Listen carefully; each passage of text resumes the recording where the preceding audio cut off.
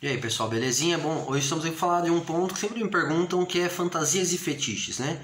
Tem uma visão muito, assim, profunda na psicanálise sobre o Freud, né, nessa linha aí. Eu vou trazer bem uns permeios por cima, assim. E, bom, é isso aí. Bom, Freud, então, trazia a ideia, então, lá das fantasias e fetiches, falava, então, que eram impulsos humanos. Então, diante dali, de situações mal resolvidas dentro de nós, por exemplo, elas saem no filtro dos prazeres ali, e daí eles conseguem ser lidados de outra forma. Então, ou seja, é possível enfrentar essa problemática, não resolvendo-a, mas dando uma vazão para ela de alguma forma para que as coisas não explodam, né? Então, uma visão bem mais assim, para vocês entenderem então como funciona, na visão do Freud, então, essa relação assim. Então há algum problema mal resolvido, aquela parada da infância às vezes fazendo na cabeça e tal, alguma questão, alguma relação, uma questão sentimental e tudo mais, pode então crescer, evoluir, virar uma fantasia ou um fetiche e sair dessa forma aí. O que nos diz muito então sobre a perspectiva daquele indivíduo.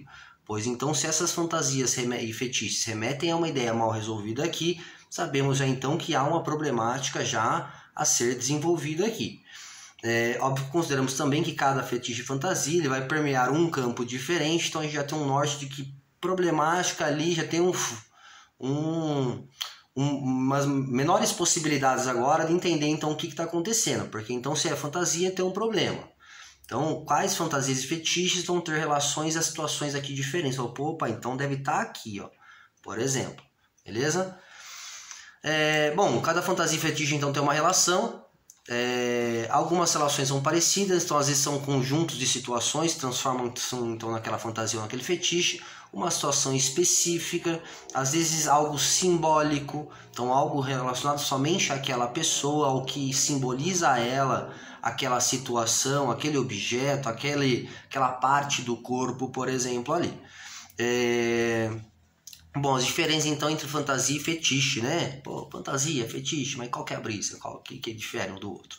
Vou bem assim por miúdos, né? Como diziam os antigos, né?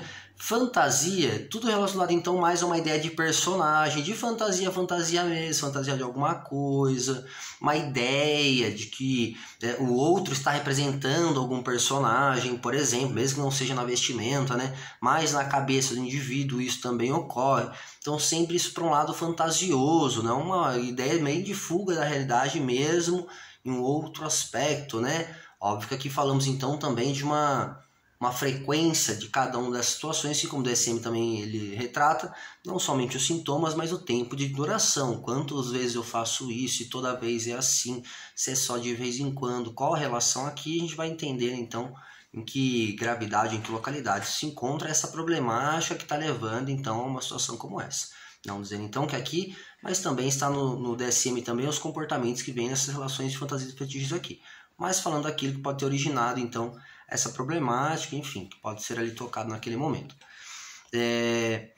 Fetiches são relações, então, por exemplo, a partes do corpo, objeto, brisa mais, essa cena assim, tem umas fantasias assim, mas pensa numa relação do fetiche, a questão fetichista, né? Mais uma questão parte do corpo, pé, sabe, orelha, uma parada diferente, mão, ou objetos, né? Então, fetichismo ali de utilizar um objeto específico durante aquele momento, por exemplo. Então, aí a variedade, né, que existe hoje de objetos, por exemplo, ali, que podem simbolizar naquela situação, naquele momento, uma figura de representação de uma problemática que pode haver então lá no passado, né? Essa criação desse personagem todo, por qual razão desse personagem? Qual a razão deste objeto? O que aconteceu então em outras situações para que hoje isso ficasse tão potente, né, a ponto de se transformar, realmente sair numa forma de prazer humana, por exemplo.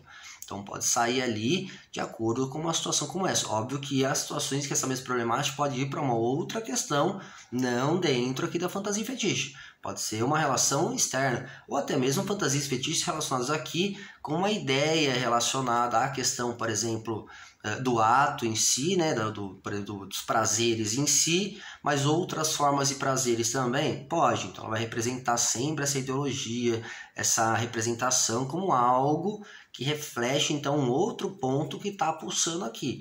Uma outra coisa que está pulsando tanto, que está crescendo e está ficando tão evidente assim a ponto de ver neste momento, por exemplo. Então sempre falamos de algo nesse sentido. Bom, então eu falei aí que todas as fantasias fetiches podem ter uma relação com algo mal resolvido em de nós. Bom, ao amenizar, sempre trago uma ideia então também, e isso a psicanálise traz, na verdade, não eu, né, não me cito aqui, cito a própria linguagem da psicanálise, que então entendendo que há uma problemática aqui, por exemplo, quando tocado nela, quando espremido ela, deixar amenizado, resolvido, sei lá, a palavra que quiser usar, mas quando chega nela assim, ó, quando chegou nela, então a gente está querendo dizer então que há um outro sentido ali agora, porque agora isso aqui está diferente. Ou seja, isso dessa forma representava essa fantasia ou fetiche assim. Como isso está diferente, essa fantasia ou esse fetiche também soará de outra forma. Então, considerando aqui então que se eu moldar isso aqui, essa fantasia ou fetiche também pode se moldar, pode alterar outra coisa, ou pode ser, que nem eu brinco às vezes, pode ser algo que as pessoas vai fazer por costume, por hábito, né? Vai seguir aquela fantasia ou fetiche e não vai se sentir mais tão legal. Opa, peraí, tem alguma coisa errada aqui, tem alguma coisa estranha. Não vai sentir que é a mesma brisa, né? A mesma vibe ali. Parece que não, dessa vez não é assim mais. Não gosto mais tanto quanto gostava antes. Algo alterará. Então esse reflexo também será relacionado. Então, já que dizemos que isso pode ser um reflexo dessa situação. Então aqui muda o objeto, o reflexo muda junto, né? Nessa visão, por exemplo. Bom, para saber mais então sobre fetiches e fantasias, consulte o seu profissional da psicologia e questione a ele, fale, por exemplo. Para a psicanálise, por exemplo, é uma grande ferramenta que dá para a gente então compreender uma diversidade maior daquele ser, por exemplo, uma relação muito mais profunda sobre ele, por exemplo, visto por essa ótica. Freud trazia muito esse aspecto aí também. Falamos também da questão aí da fantasia e fetiche, como ele sai de uma forma assim ruim. A gente fala também da relação do Freud, quando ele fala do impulso de vida e de morte, né? Essas duas relações, prazer e algo ruim juntos, né? Klein também traz também com a teoria do seio bom e seio ruim, em que ambos os sentimentos estão sempre relacionados, e aí então demonstra que o ser humano sempre vai relacionar realmente esses dois sentimentos. Algo destruidor e algo que traz prazer, algo que traz vida, né? Essas duas emoções no ser humano, para psicanálise, principalmente Freud, Klein e tal, sempre vai sair dessa forma que o ser humano é sempre as duas linhas enroladas, nunca uma ou outra, é sempre as duas juntos, prazer e ódio junto, né? Amamos e odiamos o mesmo objeto, na mesma intensidade, por aí vai. Então, um pouquinho de Freud, um pouquinho de Klein aí, sobre a visão então de fetiches e fantasias. Queria citar alguns parceiros aqui também, de agradecimento aí, né? A escola Diógenes Duarte Paz, pelo apoio e incentivo lá. Diógenes Duarte Paz. Eu tô dando aula há algum tempo lá, então estão me apoiando bastante, me incentivando bastante. Pô, a galera lá legal pra caramba. Aos novos parceiros aí de projetos aí, então, que a gente vai começar em 2023 com novas parcerias, novos projetos aí também, novas situações aí. Tanto na questão da psicologia, quanto na questão dos livros, por exemplo, da divulgação das camisetas. Teremos algumas situações novas aí também.